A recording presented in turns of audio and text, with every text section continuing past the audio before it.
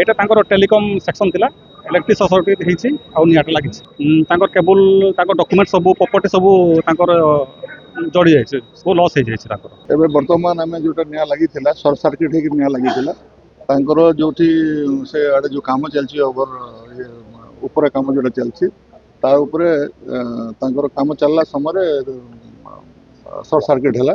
ମୁଁ district fire officer Arun ଟପ୍ନ ଆମେ ପାଖାପାଖି 11:10 ପାଖାପାଖି ଖବର ପାଇଥିଲୁ କି ରେଳ ଷ୍ଟେସନରେ ନିଆଁ ଲାଗିଛି ବୋଲିକି ସର୍ଟ ସର୍କିଟ ଯୋଗୁଁ ଆମେ ସାଙ୍ଗେ ସାଙ୍ଗେ ଟିମ୍ ଧରିକି ପଳେଇ ଆସିଲୁ ଆଉ ଦେଖିଲୁ ଯେ ନିଆଁଟା ପ୍ରବଳ ମାତ୍ରାରେ ଲାଗିଛି ଭେଣ୍ଟିଲେସନ୍ ନାହିଁ ଯୋଗୁଁ ଧୂଆଁଟା ଏକ୍ଜିଟ୍ ହେଇପାରୁନି ଏବଂ ପ୍ଲସ୍ ଆମର ତାଙ୍କର ଇଲେକ୍ଟ୍ରିକ୍ କଟ୍ ଅଫ୍ କରିବା ପାଇଁ କହିଲୁ ତାପରେ ଆମେ ସାଙ୍ଗେ ସାଙ୍ଗେ ଅପରେସନ୍ ଆରମ୍ଭ କଲୁ ଆମର ପାଖାପାଖି 3ଟା ଗାଡ଼ି 3ଟା ଟିମ୍ ଆମର ଏଇଥିରେ ଏଙ୍ଗେଜ୍ ହେଇଥିଲେ ଏବେ ଅଣ୍ଡର କଣ୍ଟ୍ରୋଲ ଅଛି ଆଉ ନିଆଁ ଲିଭିଗଲାଣି।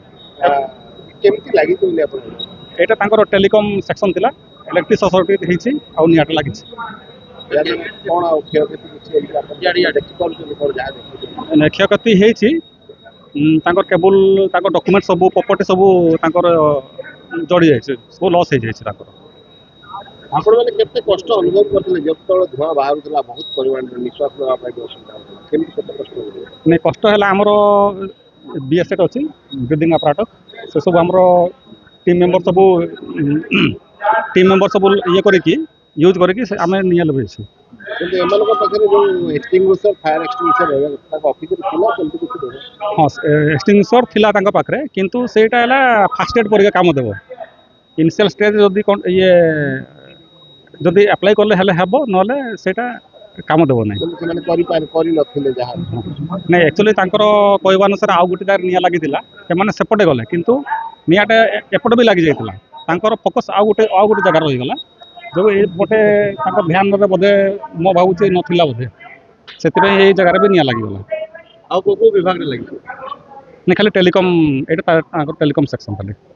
ଏବେ ବର୍ତ୍ତମାନ ଆମେ ଯୋଉଟା ନିଆଁ ଲାଗିଥିଲା ସର୍ଟ ସର୍କିଟ ହେଇକି ନିଆଁ ଲାଗିଥିଲା ତାଙ୍କର ଯୋଉଠି ସେ ଆଡ଼େ ଯୋଉ କାମ ଚାଲିଛି ଓଭର ଉପରେ କାମ ଯୋଉଟା ଚାଲିଛି ତା ଉପରେ ତାଙ୍କର କାମ ଚାଲିଲା ସମୟରେ ସର୍ଟ ସର୍କିଟ ହେଲା ଏବଂ ତାକୁ ଆସିକି ତାଙ୍କର ଯୋଉ କମ୍ପ୍ୟୁଟର ରୁମ୍ଟା ଥିଲା ସେ କମ୍ପ୍ୟୁଟର ରୁମ୍ ପାଖକୁ ତାଙ୍କର ଆସିକି ସେଠି ଆପଣଙ୍କର ନିଆଁ ଲାଗିଗଲା ଯୋଉଟାକି ବର୍ତ୍ତମାନ ଆପଣଙ୍କର ଫାୟାର ଟିମ୍ ମାନେ ଅଛନ୍ତି ଯୋଉଟାକି 2ଟା ଦମକଳ ବି ରଖା ହେଇଛି ପାଣି ମଧ୍ୟ ଅଲରେଡି ତାଙ୍କର ପାଣି ମାନେ ନିଆଁ ଅଲରେଡି ଲିଭି ଯାଇଛି ଏବେ ବର୍ତ୍ତମାନ ନିଆଁ ଆଉ ନାହିଁ କେବଳ ଧୂଆଁ କେବଳ ବାହାରୁଛି ଆମେ ସବୁକୁ କ୍ଲିୟର କରିବା ପର୍ଯ୍ୟନ୍ତ ଆମେ ଅଛୁ ଏବଂ ବର୍ତ୍ତମାନ ବହୁତ କଣ୍ଟ୍ରୋଲରେ ଅଛି ଏବେ କିଛି ଆଉ ଅସୁବିଧା ନାହିଁ କୌଣସି ପ୍ରକାର ଧନଜୀବନ କୌଣସି ପ୍ରକାର ନଷ୍ଟ ହେଇନି ସବୁ ଏବେ ବର୍ତ୍ତମାନ ଅଣ୍ଡର କଣ୍ଟ୍ରୋଲରେ ଅଛି। ଯାତ୍ରୀମାନଙ୍କ ସୁବିଧା ପାଇଁ କ'ଣ କରାଯାଇଛି?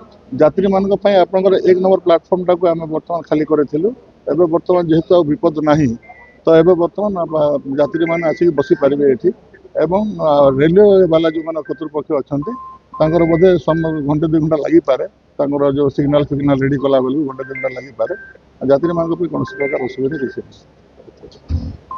अरे वाओ अनु केते सुंदर ड्राइंग बनेछु एटा कोन बनेछु? एरा मु एरा बापा एरा बो एरा जेजे बापा एरा जेजे माँ। वाओ और एटा कोन हम फैमिली डॉक्टर? हां बो एरा हम फैमिली हॉस्पिटल। रंग बदलिछि रूप बदलिछि हेले आपणक सह संपर्क बहुत पुराना खाली ओडिशार नुह पूर्व भारतर 50 लाख परिवार भरोसा आमर अत्याधुनिक कौशल एवं अद्वितीय सेवा 27 वर्षर संपर्क आमको करिपारिछि आपणक निजर family hospital. Thank you doctor. अनुपरी अनेक पिलांक धन्यवाद आम पई अमूल्य उपहार।